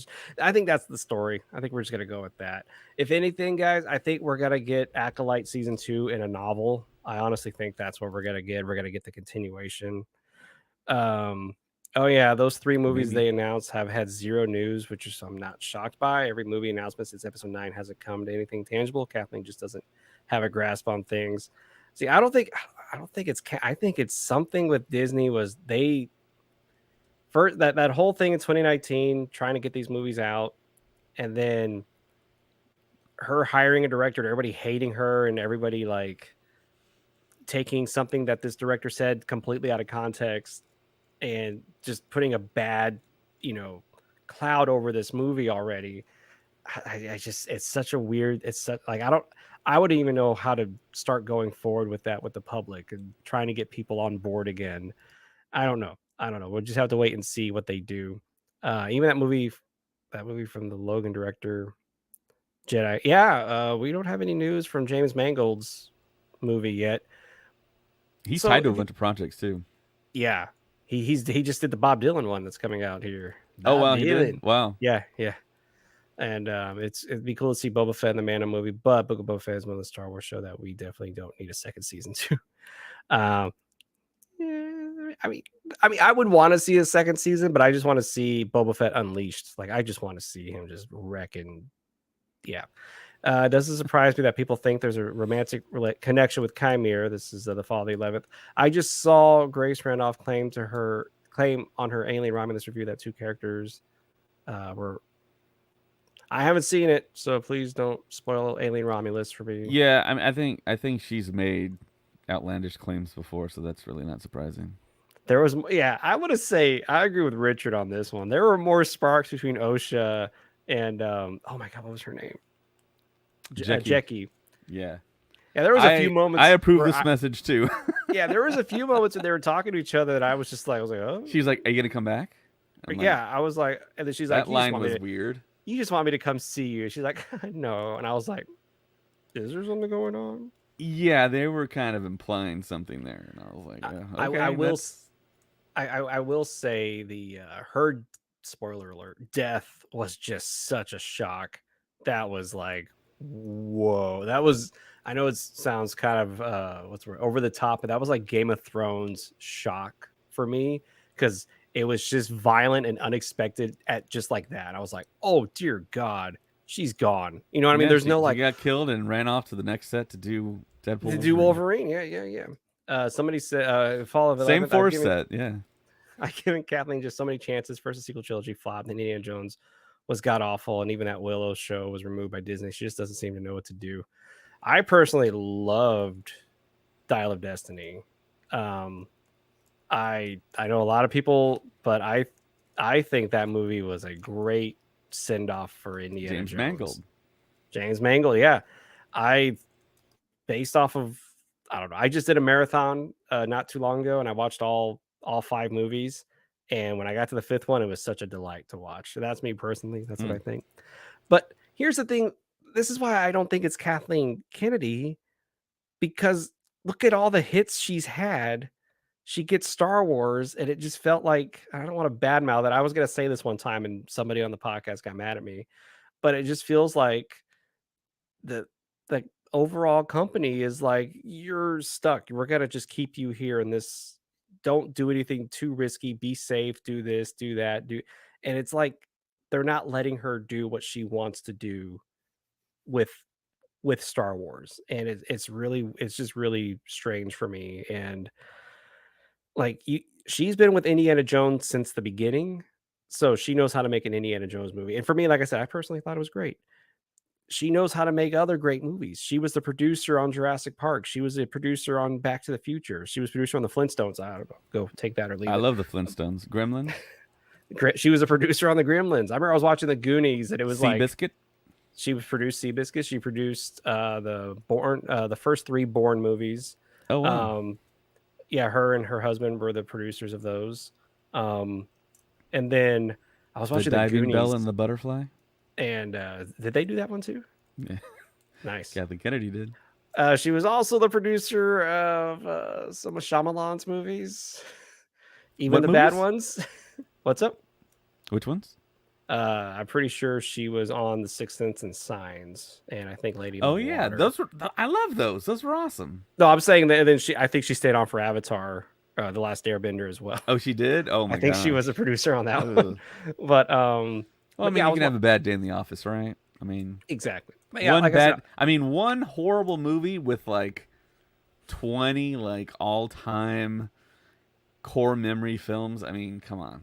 yeah, and I just laugh at the I don't know. Like I said, I'm watching the Goonies, and it's like executive produced Steven Okay, Spielberg, so Craig Marshall, okay, Kathleen Kennedy, and I'm like all of them.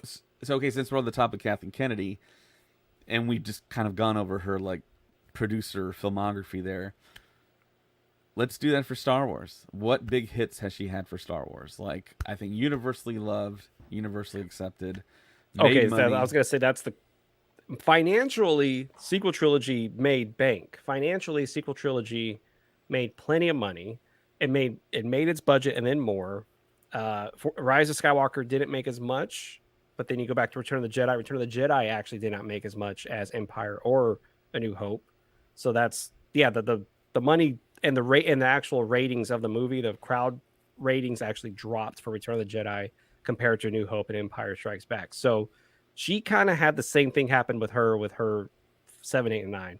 George Lucas got really lucky, and he knew what the hell was up when he did Revenge of the Sith. Just gonna say it, Revenge of the Sith is amazing. Um, and then successful, critically acclaimed Star Wars movies. You're looking at The Force Awakens. Um, Last Jedi was critically acclaimed by Half the critics and fandom. everything. What was that? By half the fandom, By half the fandom. And then according to the internet. the Disney Plus shows Mandalorian Season is 1, Season 2, season 1 and season 2 were great. Andor, Oh yeah, and Andor. and Rogue One. Oh, that's right. Yeah, that one always makes me laugh when people badmouth her and they're just like, "But Rogue One's the greatest Star Wars movie." I'm like, so you gotta admit she made the greatest Star Wars movie, but she's still a bad. She just still doesn't know what she's doing.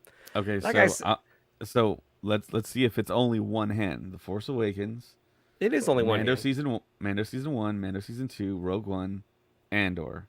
Yeah, What else is like a universally loved Star Wars thing that she was a part of? I mean, Is that the list? I I mean, did people? I loved Ahsoka.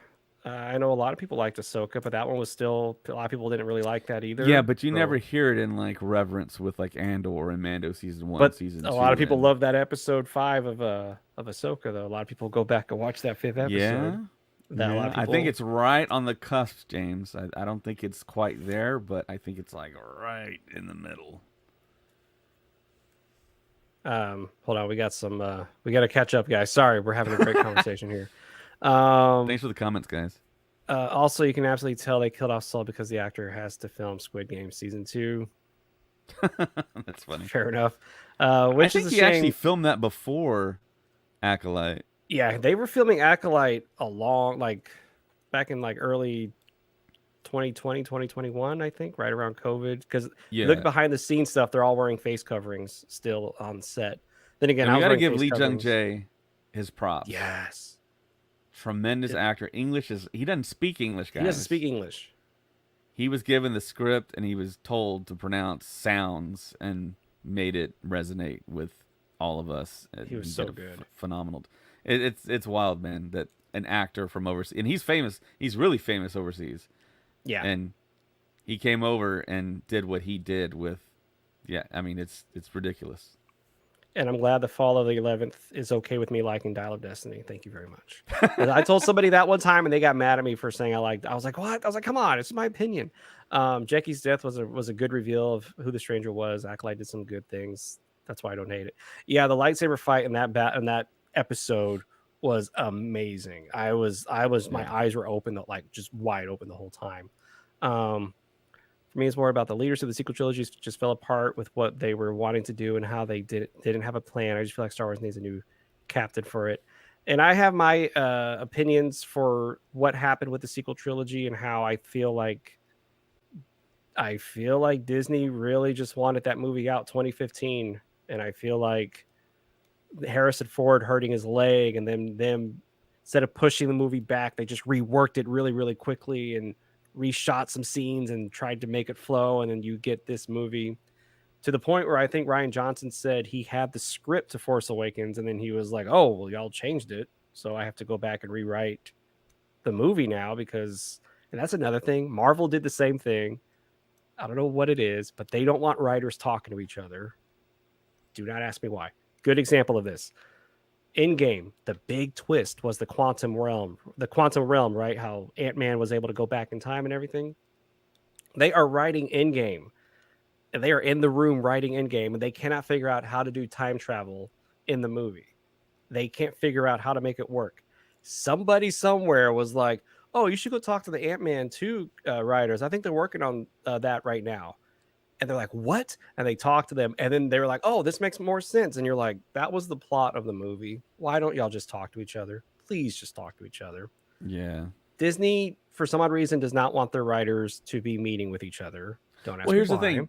Lucasfilm has a story group. It's like a collection of 7 people who kind of like do talk to each other, but they are also Yeah, essentially they don't. siloed because some people work on parks, some people work on comics, some people Why? work on movies, some people Why? work on TV shows. But I mean, they I think they all go back to Pablo and Leland Chi, who are like the minds that contain Star Wars, like the I humanity just of have a Star Wars. feeling somebody somewhere is just rushing these things out. And we heard a very weird story from an artist last summer who said they called somebody at Luke. We're not gonna say who he called. He just name dropped this person, and we were like, "Oh yeah, you can just text that guy, no big deal."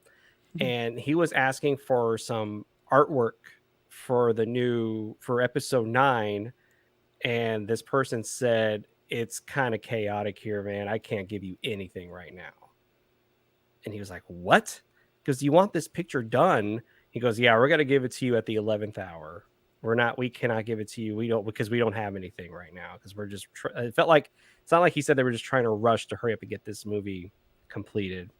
The fact that it's been 5 years since episode 9 and we've only had Disney Plus shows, we're the only ones that have really done well are the John. Even the next movies from them, really not her. But then again, she has to hire them. You know what I mean? Like she's still. So here's the thing. I'm not mad. I'm not. I'm just saying. What's really interesting is how people will say Kathleen Kennedy, is the overall. It all goes through her. And this movie was bad. This was terrible. This was bad. Mandalorian, John Favreau, Dave Filoni. Oh, this is great. It's like that still does go through her. She hired the right people for that, and thankfully, Filoni is now in charge of the story of the creative part of Lucasfilm now. So she hired him to get to that spot. So I really hope going forward we're getting some good movies and good stories. And like I said, I thought Ahsoka was great. I thought Acolyte was great. I think Filoni would make better, more appropriate fits for Lucasfilm. I know a lot of people say that they should have Filoni and John Favreau at the very, very top. Geez, guys, I'm so sorry we're behind. There's so many comments. Are you doing okay over there, David? Yeah, I'm good. I'm just Okay, listening to you. Do you want me to read the comments? I'll read the comments. Unless you want me to Okay. stop talking, I can stop talking. Just kidding. For me, the sequel Wait a trilogy minute. just Wait a had. minute. How does this work? You talk. I talk Do, first. do, do I talk first? Do you talk first? Do I talk first? I can respect what Ryan was trying to do with it. I just don't think the execution totally worked, and the backlash made Disney freak out. Yeah, the Last Jedi backlash and the Solo backlash scared Disney a lot. Like that was just that scared them. Yeah, they were like, "Oh my gosh, Star Wars is not impervious to like box office success or box office failure." Oh my god, that was like really weird, man. I That was can't believe we really went through that whole 2018 or the end of 2018 with the yeah. Last Jedi. We started the podcast in So 2018. 2017 was Last Jedi. 2018 was Solo. Oh shoot, oh, my bad. I'll I'm remember getting because old, James. I got married in 2017, and I remember my wife and I went to go see the Last Jedi together, and we went to Celebration. That was like our first vacation as a couple was going to Florida for our celebration. I'm confused. When did Why? the Last Jedi come out? 2017, What day? December 17th, And our podcast started in 2018, which is 2018, right when afterwards. Solo was coming out. Okay. So we got Solo right there. Oh man. And I'm curious how the sequel trilogy. Thank you, Fall of the 11th, by the way, Noah for and Richard for keeping us talking. And I'm curious about how the sequel trilogy would have been remembered if we got Collins episode 9 compared to how we remember it. And it's just a shame it went down the way it did. I will say from the leaked script that was there for episode 9, it all flowed together very, very nicely. It ended very, very well. And it was the way it ended, it kind of made you hopeful for the next journey that was about to take place. With the nice new Um, tie echelon that we got at Galaxy's yeah, Edge now. the tie echelon that it's there at the Disneyland was built for episode 9. And then when they scrapped it, they were like, well, we already built it. So we're just gonna leave it here for Disneyland and Disney World. So yeah, when you see the echelon over there at the Galaxy's Edge, just know that was supposed to be Kylo Ren's ship for episode 9, and then they changed the script. How They much of put the him in a shot tie call? fighter right at the very end. What's up? He got to Exegol in a tie fighter, right? Yeah, twice. You got one old Tie Fighter and then a new Tie Fighter, which they still their batteries work after third. It's fine. It's fine. It's Star Them Wars. twin ion engines, man. How much of the shot calling do you guys think Kennedy actually does in the beloved Disney Star Wars project? What exactly does she do? Don't producers just throw money at stuff?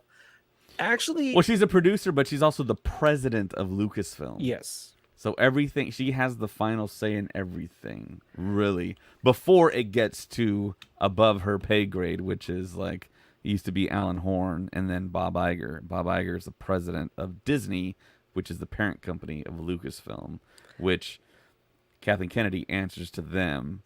And then I think below Kathleen Kennedy, there's another, there's a there's like three vice presidents. Doug Chang is one of them now, Mhm. but there's also a female vice president. I forget her name, I forgot her name too. and then another male vice president, I believe. And then under them, it's the creative department.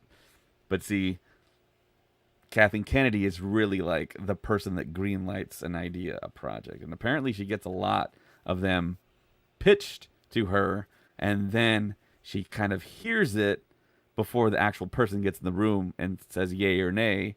She says yay, it moves on to the second round, and then she looks at him again, and then she probably makes another cut, and then she does the invitation probably to go do lunch or do a meeting, and then from there she kind of figures out what she wants to do. But Kathleen Kennedy said she was like a very, very almost like I think she was moved to tears about the story for the Acolyte. That's why Leslie Headland got the approval. I think And that's and that pitch was probably really good too. I mean, it right. sounds great. Is And by the way, a producer doesn't always have the money. The executive producers have the money. A producer is in charge of breaking down the entire script and figuring out who am I going to hire to execute all of this stuff. Who's Right. going to The be my producer gets on the costume? phone Yeah, to producers on say, the phone "Hey, look, calling up. we need porta potties." Well, no, that's the line producer. The line Oh, producer is the okay. one who does that. The overall producer is the one who has to get the whole team together to now execute the script. Now, take everything that's in the script and now put it out there. And the more I'm here in this town, the more I'm understanding what a producer does. And I used to always think the same thing. I used to always think producers just have the money and they say, here, that's the executive producer. They Right. have the money. They give the money. The producer goes to ask the executive producer I need money, and then they give you the money, and then you go and you shoot your thing. Right. So Hurt, James would contribute $30 million to Skeleton Crew. I would be He the would be executive credited producer, as an executive producer. and I would be on set going like, I don't want my money to be spent this way. I think you should spend it You got this to get rid of way. that blue guy. I hate those blue Yeah, guys. they'll get rid of this blue guy, even though You it's on got our an elephant logo. in Star Wars? Like I thought he's supposed to be playing the piano with his feet, but Why is that elephant walking on two legs? This but is I, weird, guys.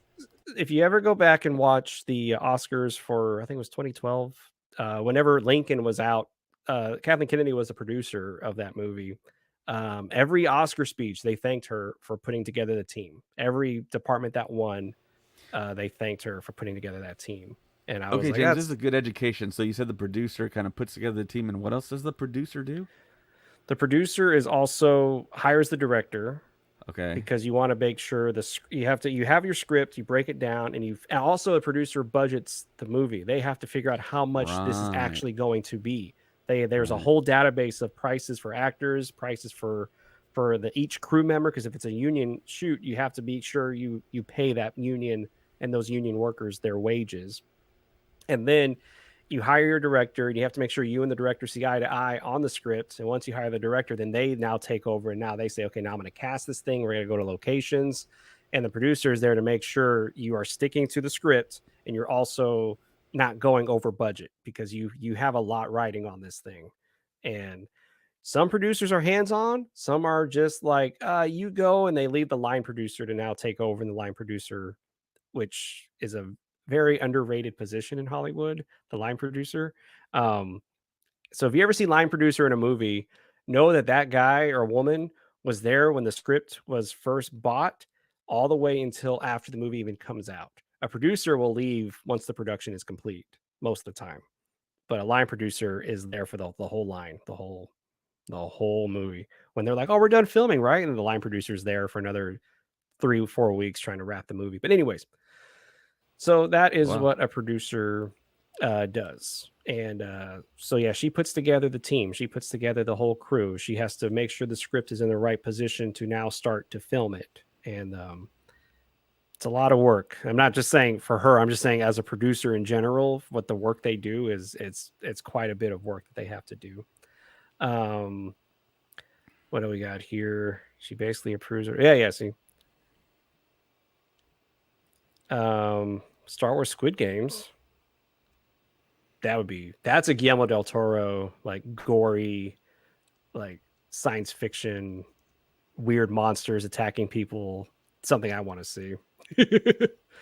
And then, well, a producer can still make bad. Oh yeah, of course, a producer can make bad decisions. They can hire the wrong.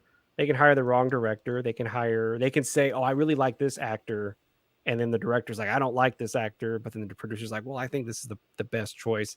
You cast wrong. Um, you don't hire the right, visual effects company to do your visual effects. You kind of shortchange some people. Yeah, a producer can make bad choices, and a production will show that it made a bad choice. So yeah, not saying every producer does the best thing. And he says, I just have personal doubts that Kathleen would willingly promote Filoni to that position without being pushed by Disney. See, I think the opposite. I think she was trying to get Filoni to that position for a long time, and I think Disney had no idea who the hell he was. I honestly think that that's the case, which is why that was a big deal whenever Celebration happened, and she says, "Here's Dave Filoni," and people were like, "Oh wow, she knows Dave Filoni," because there was a weird disconnect with Lucasfilm and Dave Filoni, because Dave Filoni at that time had just been seen as the creator of Clone Wars and George Lucas's protege. Yeah, Um, yeah. And way back in 2012, when Disney bought Lucasfilm, she told George Lucas, "We don't want to use your outlines, your scripts for 7, 8, 9, because we want to do something for the fans." And when I heard that, I'm like, "Oh my god, does she get it? Does she really get Star Wars? Like, get what the fans want?" Because at the time, all we knew about George Lucas's scripts was that he wanted to concentrate on the science of Star Wars and talk about yeah, the midi metachlorians chlorians. and like the microorganisms and the wills and that whole thing, which would be cool. But I don't think that's what audiences would expect. I think The Force Awakens was kind of perfect as like reintroducing Star Yeah, Wars to the general public, even though if it was kind of like almost kind of a copy of Copy paste of A New Hope. yeah, not directly. I mean, not like identically, but I Yeah, I mean, it think people. was I think people need to go back and rewatch The Force Awakens because it's a pretty good movie. It's a yeah, fun Star Wars movie. It's a lot of fun, and I think a lot of people just kind of go off of what's been said about The Force Awakens over these past few years. That I think a lot of people forget that when it first came out, it was really popular and it was really loved by fans yeah. everywhere, and a lot of fans. If you probably are y'all remember this, but a lot of fans were like, "Star Wars is back." Like after the prequels, this is Star Wars now. This is the Star Wars we wanted for all these because people, for some odd reason, forget that in 2015 everyone hated the prequels, but then now everyone loves the prequels. And anyways, don't want to get into that. But there's the whole argument. Yeah, she said we're making this for the fans, and even George Lucas was like, "Yeah, they want to make it for the fans." It's like it's kind of who you have to make it for. You know what I mean? Like it kind of there's a line and it's like you got to make it for the fans. I mean, you can't just do a whole new story, movie, and everything like that. You got to make sure your fans are happy with what you're doing. And I don't Put the know. war back into Star Wars. That's what Yeah. I say. Anyways, think we've been talking too Lightsabers, long. family, Family. It's all about family. princesses, Walking dogs. dogs without pants, Dogs. dogs flying spaceships, But big giant geez, slugs. we've been going for almost 2 hours, man. I think we lost all our What else is listeners. Star Wars all about? Star Wars is about I don't know. I think family. Family, hope. Carrie Fisher's the one who said it's about family. She goes, "That's what it's all Yeah, about is family." And I'm like, "That's a great." I Oh, like by the that way, it's have you about seen? hope too.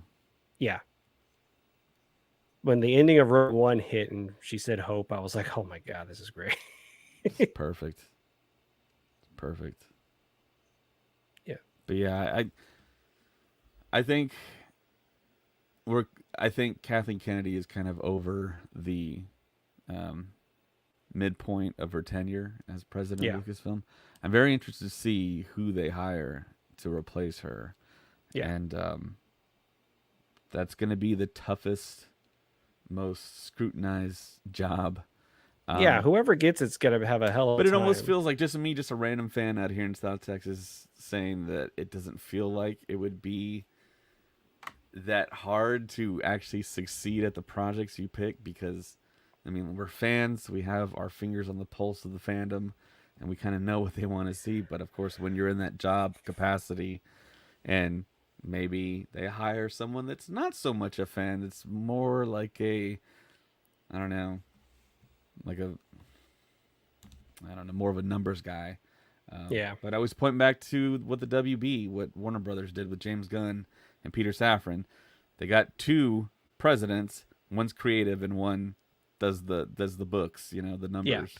That's And the way. Yeah, they work together, and it could be great. I don't know, but I really yeah. We got to think see you how this goes. need a fan in that role, someone who understands and knows character names and knows about legends and knows about the extended universe and knows about Prince Shizar and can tell you what a Shistavanen is. You're just making Um, stuff up right now, man. I'm not. Has played Shadows of the Empire on the Nintendo 64. Someone that has read the comics. Someone that is like just armpit deep in Star Wars all the time. I hope they pick someone that's like that. But I mean, how many But they people won't. like that have ever existed? They could They're do not that gonna. role, be a president of a studio, and be like a super huge Star Wars. I don't know. I don't know if that exists. Unfortunately, David, they just care about the money. They just care about the dollar. Who can make them the money? That's all they want. Everyone And cares about money, but there's a way to do it though. Richard said, first time checking out your show, fun interaction. I just subscribed. Thank you, Richard, for Awesome. jumping Thanks, on and Richard. Yeah, you had some listening good to us. points in chat, man. Yes, thank you. Good grief. Please, Yeah. next time we jump on, please Please talk to us. That was a lot of And it fun. looks And like you too, the fall he's a D. Love Bucks it. fan. Oh, I don't know. Maybe he's in Tampa Bay. I was I wearing have a my good friend Dallas that lives in Cowboys Tampa Bay. slippers today. Oh yeah. He just God, man, the unsubscribed. I was Cowboys just... are so. Jeez. Oh He's like, man. I'm done. I don't. Nope. Nope. Just No, like me James, we talking about that. want subscribers. Let's talk about the Buccaneers. Let's Oh, talk about their chances that's in the right. Yeah. Yeah. 2024 Oh, this is gonna be a great year. Oh my gosh. 2025 playoffs. Yeah. I mean, who they got at quarterback? Baker Mayfield still? Yeah. He said, yeah. I'm in LA. Yes. Oh, Where in wow. LA are you? Oh, James is in LA. I'm in LA. I'm in Hollywood right now, actually. What's funny is when I tell people where I live, there's a Home Depot near me, and as soon as I say, "Oh, it's the Home Depot off of Sunset," everybody goes, "I know exactly where you live," and it's so funny because this Home Depot is like just a well-known spot in Hollywood. So we'll see if he says anything. He's gonna be like, "I'm your neighbor." You can hear a knock at your door. I hear a knock. I'm like, "Oh, he's actually. Oh, there he is." Just kidding. He's gonna be like, I can gently tap the fourth wall too. That's funny. But San Gabriel. Oh, okay. Let me look it up on the map, make sure, because I think I know where that is. What's your address, Richard? Yeah, what's your address? Just tell me what's your social security number as well. We'll just get that while we are at it. Yeah, can we get a DNA sample? Where is this place? I think this podcast kind of devolved into the South Texas Cinephiles. For a Back to second or two. Deadpool. Yeah, back to Deadpool. Oh, I love only Deadpool. 30 minutes. Only 30 minutes away. Nice. You know, technically, awesome. we can talk about Deadpool since it is Disney, right? And Disney and but- Star Wars as well, right? Well, man, it's late here, dude. You're late over there. I think we've bored our listeners a lot. Yeah, But no, I'm just we've kidding. lost like half of our listenership live. Sorry, But everybody. Anyways, so yeah, it's 12:06 a.m. where I'm at. My wife bought me these lightsaber curtains. It's one real big red one and one real big blue one. So in my periphery, I see the blue one, and it looks like it's a light outside, so it's tricking like my body clock. So that's to why you've been think going that this whole it's- time? Probably, probably, That's man. I amazing. mean, yeah. So yeah, But thank you to everyone that chimed Yes. in. Thank you. And to wrap things up, we're really sad that the Acolyte season 2 has officially been canceled. Well, we were both really looking forward to what the story was gonna bring, and unfortunately, we're not gonna see it. So, just gonna see what Lucasfilm does next with Skeleton Crew, and I'm really looking forward to that one. That one looks like a lot of fun. And Richard, I'd like to tell you that you can find us on Instagram at Star Wars Stuff Pod, Twitter at Stuff Pod, Threads Star Wars Stuff Podcast. You can always support us on Patreon for exclusive content. Usually it's me and James doing Patreon daily, talking about stuff, but we decided to go live tonight because I can't big podcast story. tomorrow because I got family coming in. TikTok, we're on, just search up Star Wars Stuff Podcast. You can email the show at starwarstuffpodcast@gmail.com.